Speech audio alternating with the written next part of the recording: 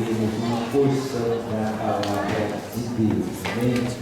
Eu gostaria de agradecer a Deus pela oportunidade que teve, ao nosso pastor Devaldo, por termos confiado trabalharmos juntos nesse ministério, junto com os nossos companheiros, presbíteros, diáconos e cooperadores. Nós estamos juntos em uma grande equipe fazendo a vontade de Deus. Amém? Por isso eu quero externamente gratidão a ele, a toda a sua família e a todos os pastores desse ministério J.M.A. Irmãos, eu gostaria de convidá-los a abrir a palavra do Senhor no livro de Salmo, capítulo de número 37.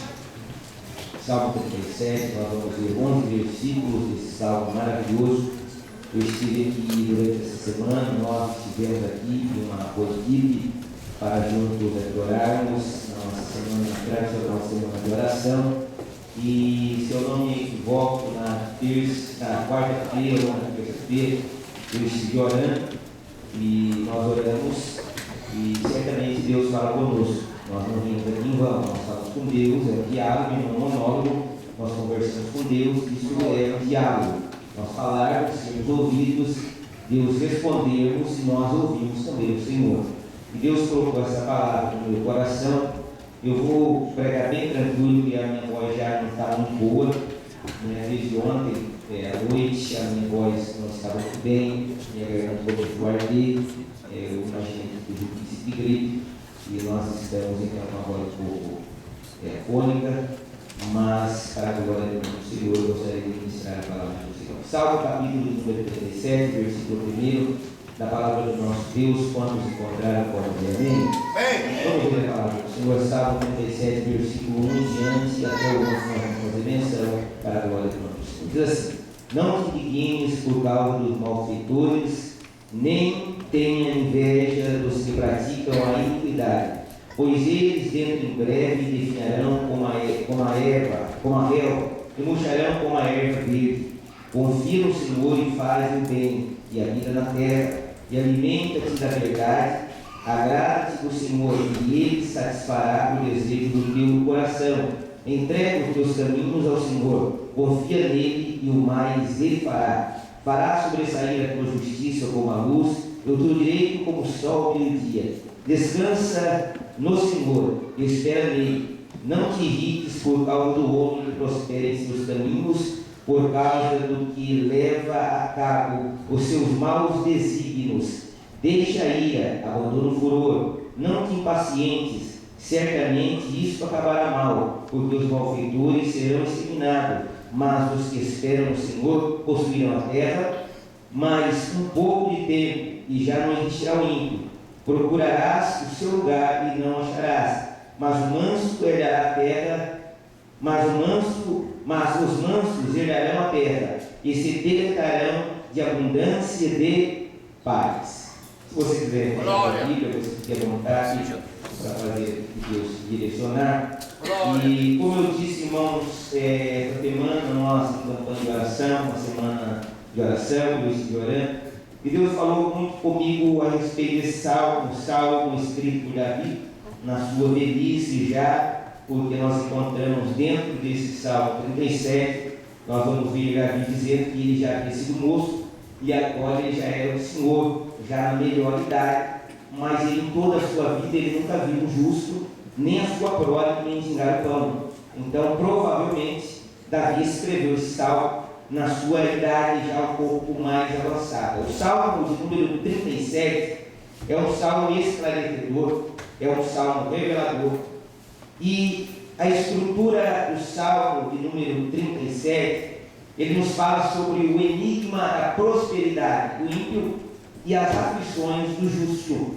Quando nós olhamos logo os primeiros versículos do capítulo 37, nós vamos talvez ter algumas dúvidas no nosso coração, achando que talvez Davi estava questionando a Deus pela miséria do ímpio, pela miséria do justo e pela prosperidade do injusto.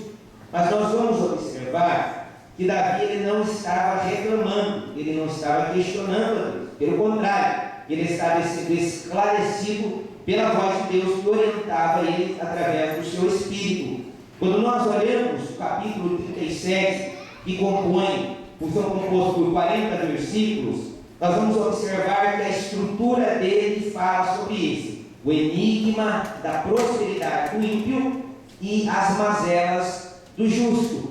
Ele então classifica duas classes de pessoas. Eu quero lembrar os irmãos que Deus ele não faz acepção de pessoas. Não é nessa classificação que o Espírito de Deus orienta Davi para que deixe bem claro que existia o ímpio e o justo.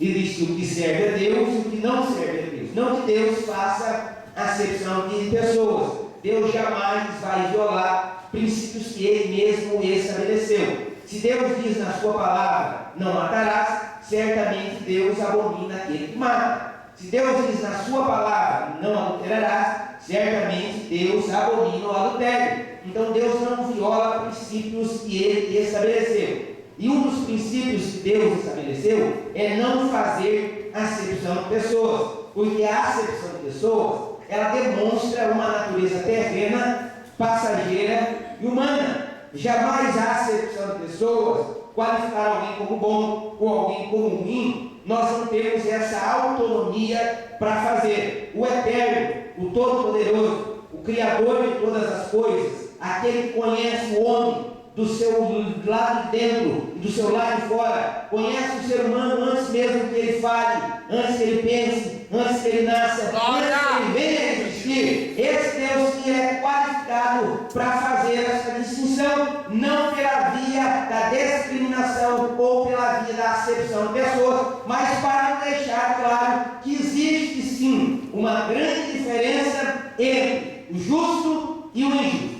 Agora nós vamos colocar aqui o que significa ser justo e injusto. Esse texto ele está no Antigo Testamento, na Primeira Aliança, não está na Segunda Aliança, no Novo Testamento. Ele se encontra debaixo da lei mosaica e dos preceitos da lei. E do preceito da lei e da lei mosaica e dos seus preceitos, nós vamos entender que o homem justo ele é diferente do justo da Nova Aliança, debaixo do sangue de Jesus Cristo.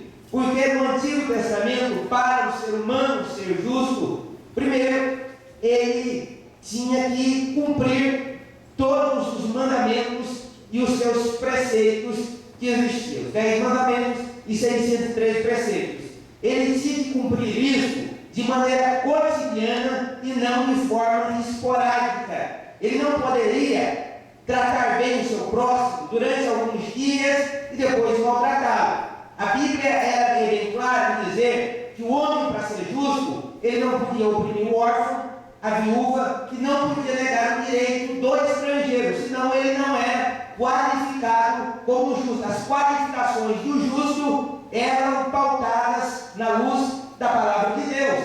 Não era qualquer ser humano que conseguia cumprir a promessa de Deus. Deus chamou um povo, separou uma nação, escolheu aquela nação para que eles vivessem uma vida de obediência a todos os mandamentos e preceitos da lei. Se o ser humano conseguisse cumprir todo esse rito religioso, todos esses métodos de culto a Deus, então ele era considerado justo, ele era considerado um homem piedoso, ele era considerado um homem manso, ele era considerado um homem fiel, ele era considerado um homem digno de ser chamado servo de Deus. Mas aquele que aborrecia a lei, aquele que aborrecia o seu próximo, aquele que não observasse os mandamentos e os preceitos, era considerado devasso, era considerado profano, rebelde, desobediente e uma série de qualificações negativas vinham sobre ele. O castigo daqueles que desobedecessem a lei era maldições diversas. Uma série delas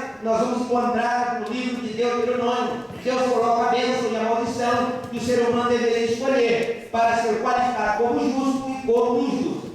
E quando Davi ele faz essa qualificação direcionada pelo Espírito, não foi um pensamento, um devaneio teológico, um pensamento filosófico de Davi, mas foi uma inspiração divina. Talvez Davi nunca imaginou que isso acontecesse na sua vida, mas ele era um homem totalmente envolvido pelo Espírito, porque a Bíblia diz que quando ele foi ungido, a Bíblia diz que o Espírito de Deus se apoderou de Davi e ele se transformou em outro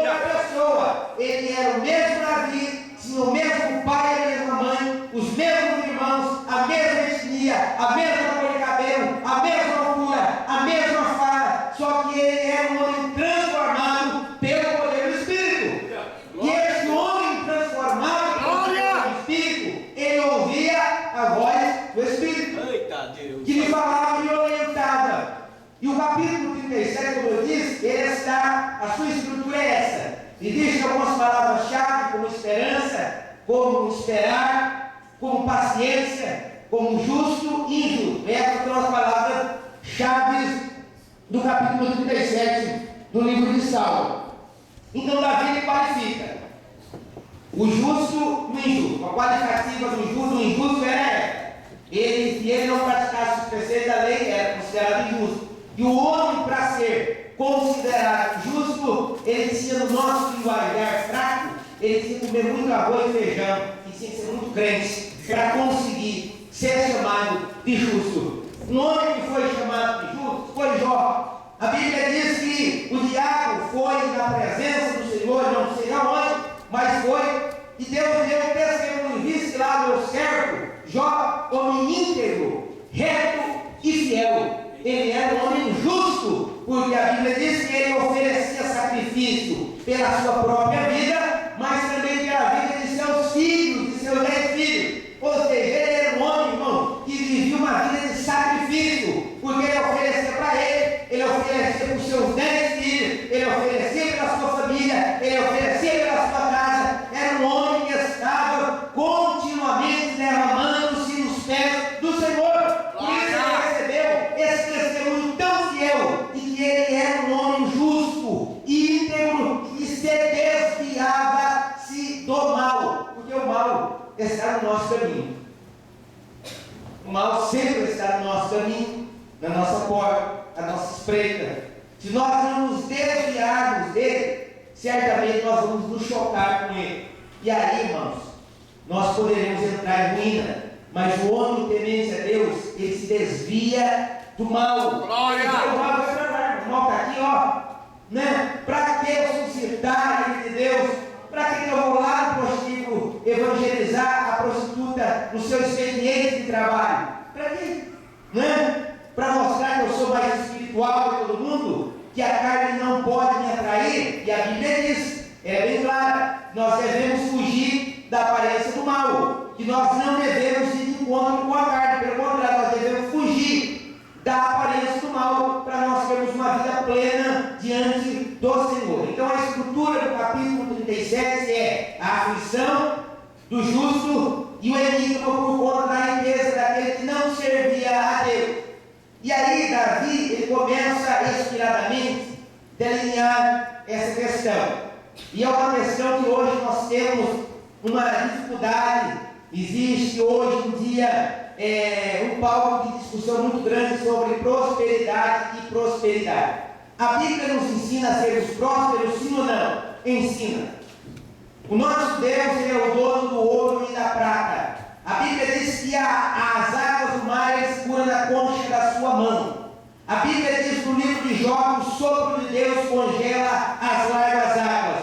A Bíblia diz no Salmo de número 24, do Senhor é a terra, a sua plenitude, o mundo e os que nela habitam. O nosso Deus não é um Deus que vive mendigando pão. Pelo contrário, ele pega 5 pães de cevada e 2 peixinhos e transforma, alimenta mais de 5.000 homens, fora mulheres e crianças, e ainda sobra, todos secos, cheios, e dá para dar um para cada discípulo, levar embora e glorificar o nome do Senhor. O nosso Deus não é um Deus que precisa mendigar a nossa adoração, porque ele é um Deus riquíssimo, abundante. Ele pode nos dar bebida recalcada, sacudida e transbordante, e você não vai ter nem lugar onde amontoar tudo que Deus quer. Nosso Deus ele não é pobre, não é falido. Nosso Deus não é um Deus que está em colapso. Nosso Deus é rico. Então, a prosperidade é bíblica. O que acontece é a distorção em cerca desse tema prosperidade. A prosperidade, ela não é simplesmente um elemento isolado. Ela é um composto de elementos que formam um conjunto, e esse conjunto é a definição exegética da palavra prosperidade à luz da Bíblia. Deus! O dinheiro ele está dentro da prosperidade no último lugar.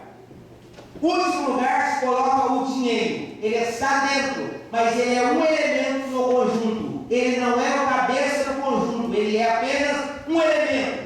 O que fazem hoje é isolar o elemento e colocam o dinheiro com o seu Deus. E a Bíblia diz que o amor ao dinheiro é a raiz de todos os males. Não é você ter dinheiro. A Bíblia não fala que é você ter dinheiro que é a raiz de todos os males, mas ao amor a Ele. E essa palavra amor está falando devoção e adoração. Você prestar um culto para a sua mãe, você prestar um culto para a sua conta lá no Banco do Brasil, isso é idolatria. E a Bíblia diz que idolatria é pior do que feitiçaria. É pior do que feitiçaria. A idolatria, quem adora o seu dinheiro está adorando um Deus pagão chamado Mamon. E nós não adoramos Mamon, nós adoramos o Eterno, o que vive, o que está ressurreto e está no meio de nós para a glória do Senhor. Então a prosperidade é um conjunto de elementos. E esses elementos são paz com Deus e com os homens. Irmãos, quando nós falamos em paz, o mundo vive na ausência de paz. As guerras econômicas, sociais, religiosas, elas acontecem pela ausência de paz.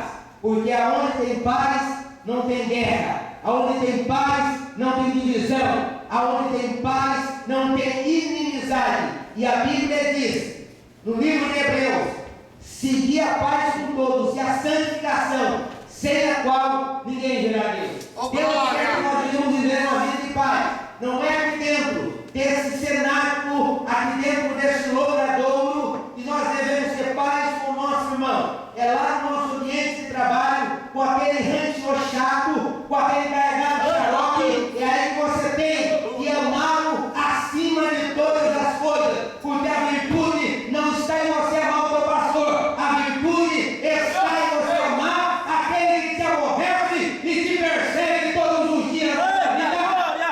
Aleluia!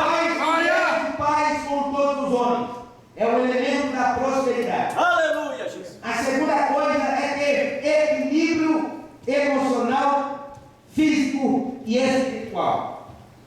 Você sabe que o equilíbrio ele é muito importante. Você já viu um trapezista no trapézio? Você já viu um malabarista? Aquele camarada que anda na corda bamba, ele não cai na corda bamba, você sabe por quê? Porque ele tem um ponto de equilíbrio. Se ele perder o ponto de equilíbrio, a queda será grande.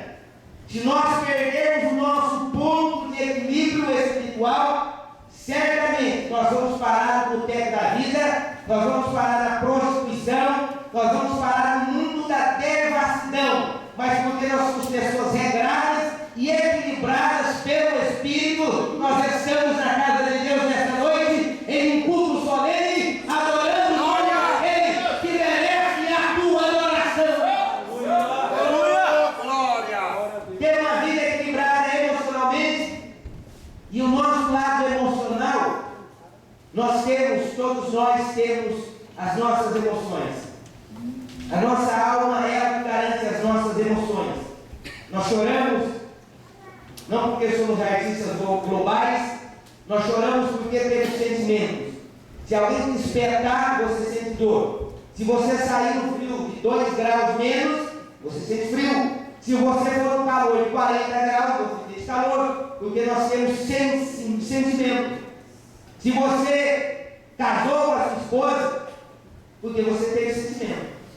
E nós somos pautados em cima do nosso sentimento. Mas o nosso sentimento ele deve ser visitado pela glória do Senhor. Hoje nós encontramos muitas pessoas desequilibradas. O missionário Fred Light, quando esteve aqui a última vez, ele disse uma palavra, e é uma palavra tão simples, tão objetiva, tão sucinta, tão curta, que tem muita gente por aí perdendo a cabeça. E perdem a cabeça porque, irmãos, por falta de equilíbrio emocional. Acontece uma situação na vida dele, do nosso emocional, ele não pode, não deve, nunca estar pautado em circunstâncias externas. Eu olho, está tudo bem, eu estou com as emoções maravilhas. Aí de repente eu discuto a minha esposa e quem falar, e de vez em quando não bate a boca com a esposa é mentiroso. Senão você vai me ensinar para que esse casamento nunca tenha uma não ofereça Cristo. Mas todos nós temos. Nós somos peças diferentes, engrenagens diferentes que se encaixam e trabalham para a glória do nome do Senhor. E muitas pessoas perderam o equilíbrio emocional, não conseguem ter essa atenuante das suas emoções, se ira facilmente. A Bíblia diz em Provérbios o quê? Que nós devemos fazer o que na hora da ira. A palavra dura suscita ira, mas a resposta branda, que vem de um caráter equilibrado, desvia o furor. No meio de uma briga, não sei se você já brigou, quem é briguento aqui na igreja, né? Eu não sou. Eu apanhar bastante, pequenininho, apanha bastante. No Lindomar não, no Lindomar é grandão, entendeu? Não é o que eu faço, né? Mas eu sou humildezinho, vou apanhar fácil. Mas na hora da briga, do calor, de uma discussão, se a pessoa te chama de A e você chama ela de B, ela vai te chamar de C e D. E aí, meu irmão, você vai terminar de A5, lá a briga vai ser feia. Mas se nós temos um controle emocional, nós temos o equilíbrio, o que o apóstolo Paulo exclui a igreja de Gálatas, do chamado domínio próprio, você dominar a si mesmo, não é dominar o seu irmão, tá? É dominar a si mesmo, controlar a sua língua, esse pequeno membro que está dentro da sua boca. O Tiago fala que esse pequeno membro, ele usa uma figura de linguagem, que esse pequeno membro pode colocar fogo em uma floresta, né? Porque quem tem boca vai a Roma. Imagina quem tem língua, vai para o céu. Se for uma língua santa, logicamente, né, irmão? Então, nós temos, na hora do desequilíbrio emocional, se nós tivermos o autocontrole, uma vida sadia espiritual, alguém vai falar alguma coisa para você? Não. Faça, se reserve ao direito do silêncio. Não responda. Deixe ele falar. Se a cabeça dele está quente, não deixe a bomba que na cabeça dele que vai dar vida.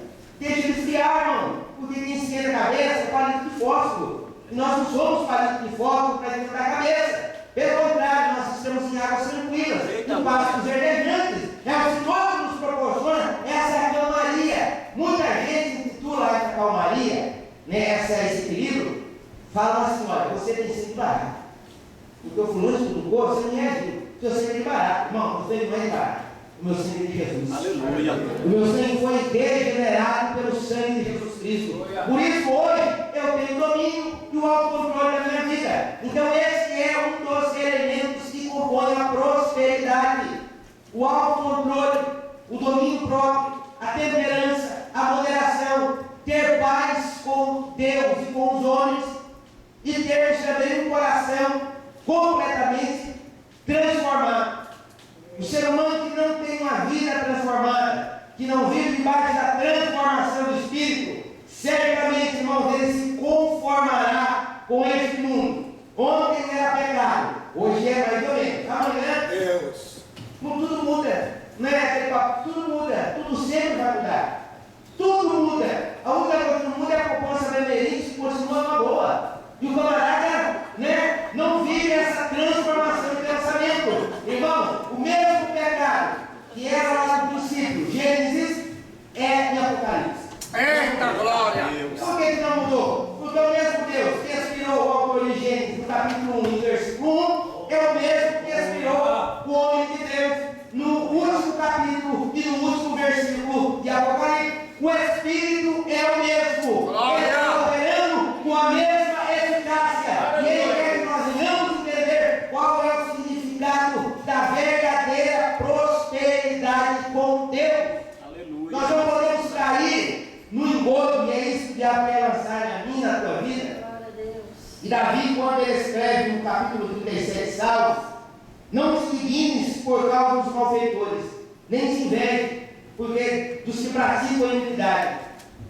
Porque eu já ouvi isso da boca de muita gente. Se você falar que não ouviu, pode ser que você seja um privilegiado. Eu já ouvi. Alguém fala para mim e fala assim: você viu aquele cara lá? Não, vai forró, bodó todo dia. E está andando de carro zero. E eu vou para a igreja e estou de fuça. Né? Rapaz, o camarada abriu uma empresa em 6 meses, a empresa dele dá para comprar uma jaca.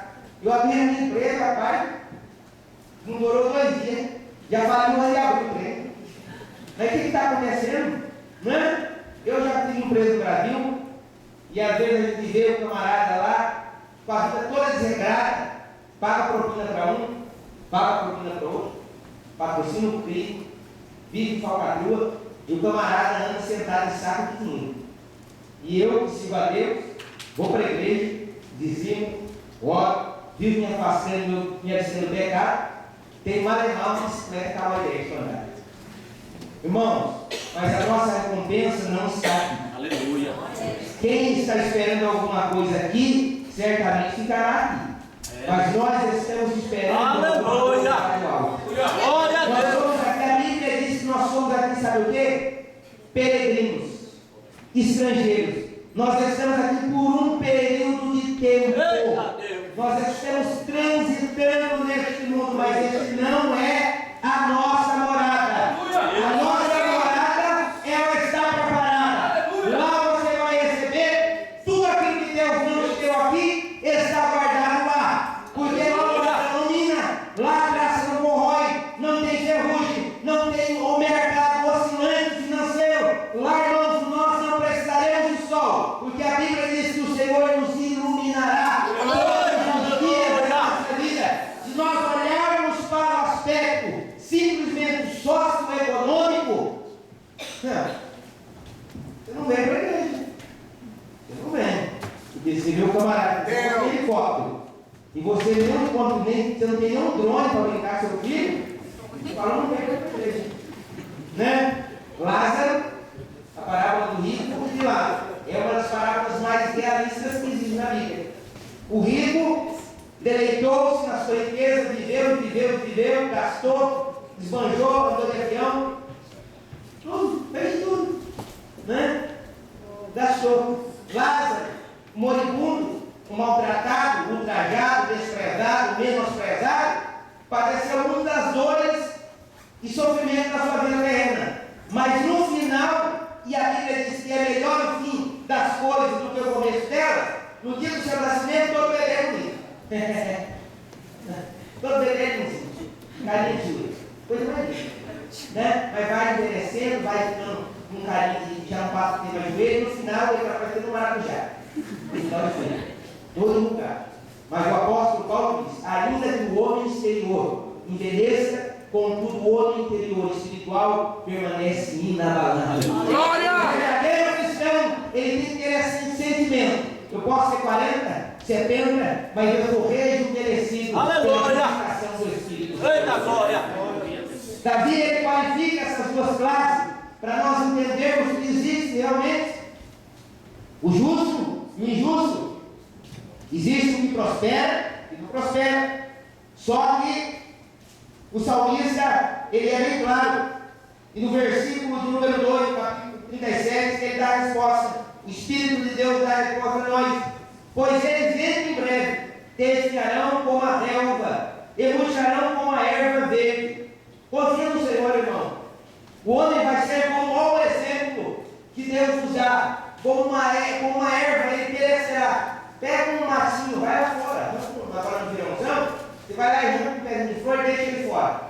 Um dia, arranca ele manhã quando você vai trabalhar. Quando você chegar em tarde, aquela flor vai estar a coisa mais linda do mundo. Vai? Ela vai estar murcha, irmão. Sabe por quê? Porque ela foi arrancada do seu habitat. Nós temos que ficar arraigados no Senhor. Aleluia. Para não murcharmos. Nós temos que nos aprofundar as nossas raízes aos mananciais de água viva, porque os dias maus certamente virão. Mas quando o dia mau vier, você produzirá em estação oportuna para a glória do nome do Senhor. Nós não podemos confiar naquilo que temos ou naquilo que conseguimos, porque tudo isso pode passar. Mas filhos que confiam no Senhor permanecerão para sempre. Serão como os montes de Sião que não se abalam, mas permanecem para todo sempre. Glória a Deus! Nós somos regidos por um sistema monetário, pela moeda financeira. E eu estava conversando com um rapaz, ele falou, investe nisso, que daqui vai dar dinheiro. Eu falei, rapaz, dinheiro é um monte. Eu falei, esse dinheiro para o gasto, a casa nunca acaba. Eu falei, para de correr atrás de dinheiro, rapaz. Eu não parei dinheiro no mundo para ficar correndo atrás de perguntar. Eu falei, você está correndo atrás de dinheiro. Né? Eu falei, corre atrás de Jesus. Eu falei, o diabo fica nos acenando com dinheiro, com ofertas, com oportunidades. Nós temos que ter uma vida equilibrada para distinguir distinguirmos o que é de Deus e o que não é de Deus. Tenho dito, não está na Bíblia, é um ditado popular: nem tudo que é luz é ouro. Nem tudo que é luz é ouro. Deus. Tem muito crente correndo atrás de metal, atrás de lata, atrás de alumínio e de palha. Mas aquele que corre atrás do Senhor, ele acrescenta vida e vida com abundância. Aleluia! Nós não podemos nos guiar por aquilo que vemos lá fora na sociedade. Nós não somos guiados por vista e por fé no Filho de Deus. Porque em breve, irmãos, esse corpo terreno, esse corpo passivo de doença, ele vai perecer. Mas no dia que o Senhor voltar, esse corpo corrupto será revestido de incorruptibilidade. Aleluia! De incorruptibilidade. Você pode estar velhinho, gagar, realmente, para lá de Bagdá. Né? Não sei quem esse dia ministrou sobre 120 anos, falou, né, sobre DVD, sobre 120 anos, né? E Matusalém viveu quase 1000 anos, né? E Salomão disse que depois dos 70 são infarto e cansaço. E tem gente que está querendo viver muito, irmãos, que vive um dia, dois, mas vive na presença do Senhor. Aleluia. Que viva 70, 80, mas viva glorificando o nome do Senhor. Porque o que adianta a gente viver uma vida desregrada, uma vida desmedida, uma vida desqualificada, uma vida desprovida dos valores de Deus e não termos, na hora de apresentarmos o Senhor, mão vazia. Não temos nem a nossa própria vida para apresentar para o Senhor. Irmãos, nós não podemos fazer como aquele homem. Comeu, bebeu, se fartou, agora vou descansar. Louco, pobre, nu e miserável. Hoje beberão a tua alma, o que você vai dar em troca dela? Quanto que vale a tua alma, irmão? Eu te pergunto, quanto vale a tua alma? Quanto que vale a bolsa? Coloca a tua alma. Quanto que vale a tua alma para Deus? Quanto que vale uma alma? Dá para comprar quantos milhões de dólares uma alma? Dá para comprar ou não dá? Não dá, irmãos, porque é impagável. Agora, como que nós podemos desprezar aquilo que Deus nos deu? O seu Espírito para nos orientar, para nos acalmar quando nós vemos essa divergência socioeconômica. Esse salmo é um salmo didático, de extrema relevância para a nossa vida espiritual. Nós não podemos pegar e acharmos que a falta de dinheiro do povo significa inimizade com Deus. Significa que nós temos pouco, quando acabou. E é questão de número. Você gastou 15, recebeu 10, vai faltar 5. É matemática, não adianta você fugir dessa regra. Né? Ganha 20, gasta 30, falta quanto, irmão? 10. É matemática. Agora, se você ganha 20, gasta 18, sobra quanto? 2. Matemática é simples. Vida equilibrada. A Bíblia diz o quê? Que nós devemos gastar o nosso dinheiro com o quê? Naquilo que não é pão, nós não devemos gastar. Tendo que comer. Essa é a teologia da prosperidade de Cristo. Ter que comer, beber, isso está satisfeito. Eita, se Deus der mais, é consequência de uma vida santa, de uma vida separada, de uma vida consagrada, de uma vida de adoração, de uma vida de comunhão com o Espírito de Deus. As pessoas dizendo para nós: ah, você tem seu carro, meu carro? Não, maestro. Meu carro ele é maestro. Cada esquina dá um conselho. É maestro. Graças a Deus que a dona Jaque está sempre para me socorrer. Né, irmão? Ele é maestro. Cada esquina, né, ele dá um conselho. Mas mesmo assim eu venho para a casa do Senhor, glorificando e exaltando o nome daquele que vive. A minha fé não está voltada no dinheiro, eu tenho na carteira. A minha fé está voltada no sangue de Jesus, derramado na cruz do Calvário, em meu favor. Aleluia! Deus. Paulo diz assim: se a nossa esperança for este século, nós seremos os mais miseráveis de todos os homens. Irmãos, nós não esperamos nada do governo do Donald Trump, nós não esperamos nada do Michel Temer, nós não esperamos nada dos primeiros ministros da Câmara Alta do Japão. Nós esperamos no Senhor e nele confiaremos todos os dias da nossa vida.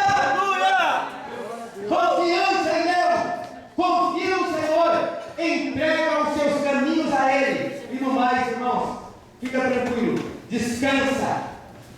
Derrete-se na presença de Deus. Entregue-se na presença de Deus. Glória!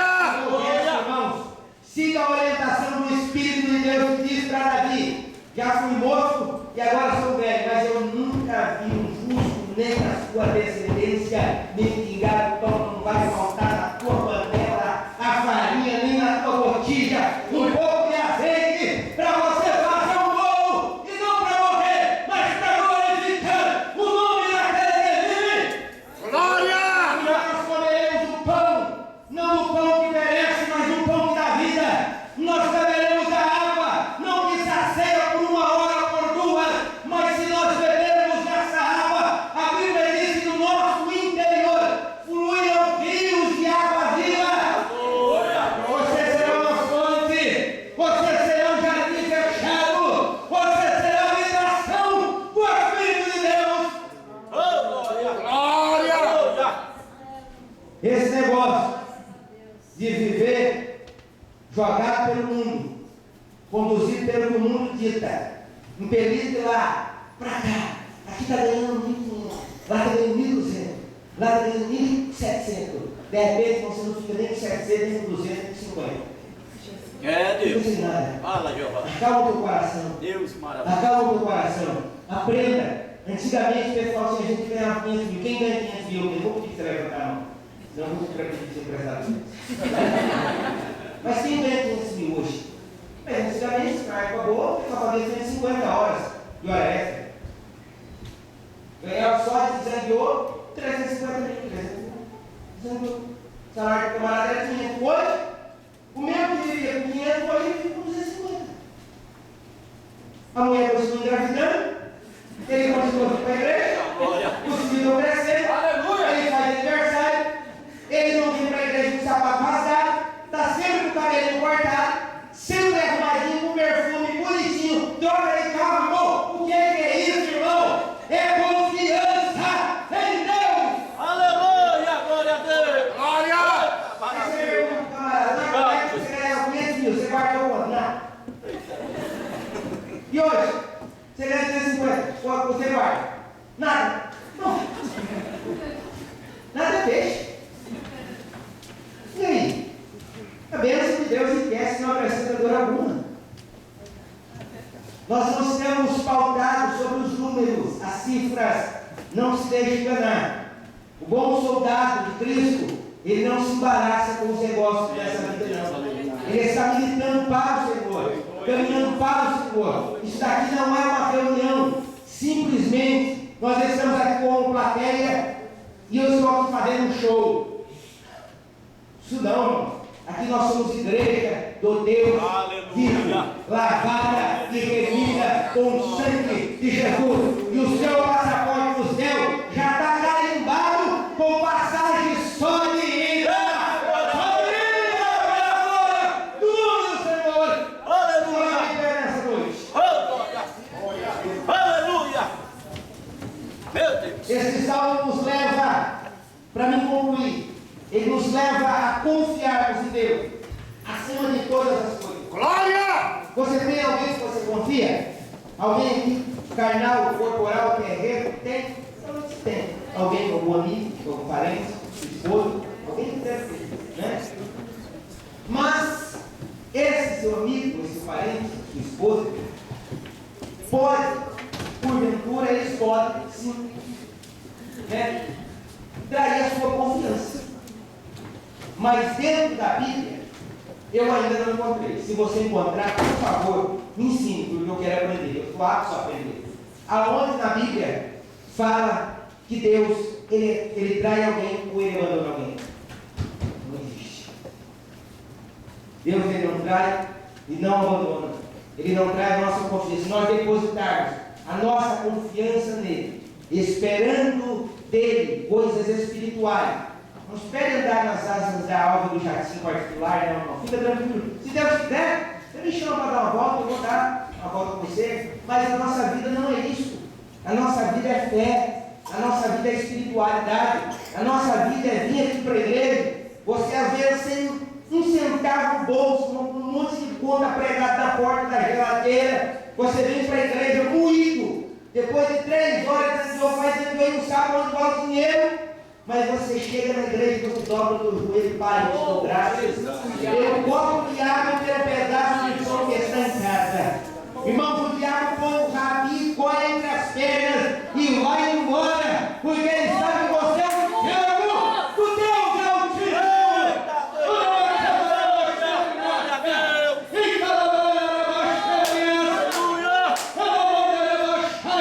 O que falta em nós como cristãos, e eu não globalizo nesse bloco, confiança em Deus em todas as circunstâncias. E nós estamos andando sobre a maré. Glória a Deus, mas se começar a afundar, glória a Deus também. Porque mesmo afundando, Deus estende a sua mão e nos tira e não deixa você morrer. Glória!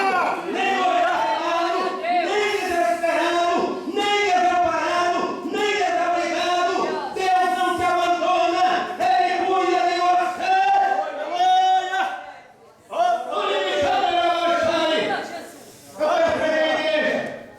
Nós vamos levantar agora o clamor.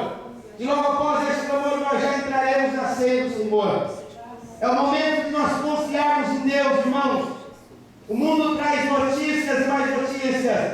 Você quer ver se eu parar de confiar em Deus? Não, vai um terremoto. Oh Deus, aleluia, Jesus. Meu Deus! É verdade. Misericórdia. Confesso todos os pecados. Antes de ver o grande lixo tocar. Irmão, mas a Bíblia diz que o maior evento que vai acontecer não é o bichinho tocar e mancar e não se constar. Sabe, o maior evento que vai acontecer é quando Jesus voltar. Eita, glória a Deus. Aleluia. Quando Jesus voltar, irmão, vai sair, aqueles aviões batendo no ovo perfeito lá que lá vai ter fichinha. Vai ter trem, irmão, bala, um entrando dentro do outro, assim, ó. Meu Deus. As curvas do vai passar lotada a 700 por hora. E os trens vão estar lá na glória.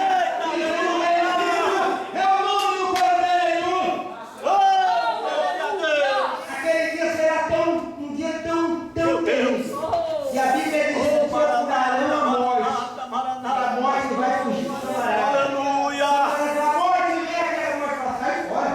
Eu não quero ser não, meu amigo. A morte sai correndo dele até a morte, vai fugir dele, irmão. Mas o crente vai estar na glória. E a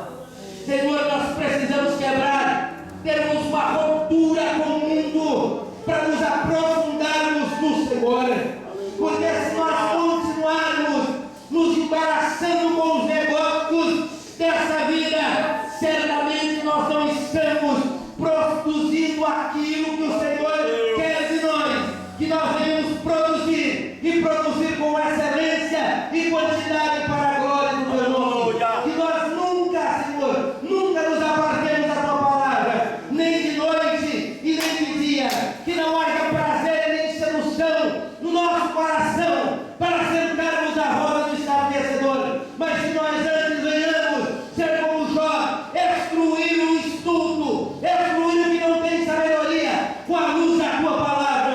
Pai, brota no nosso coração a esperança, o amor, a confiança,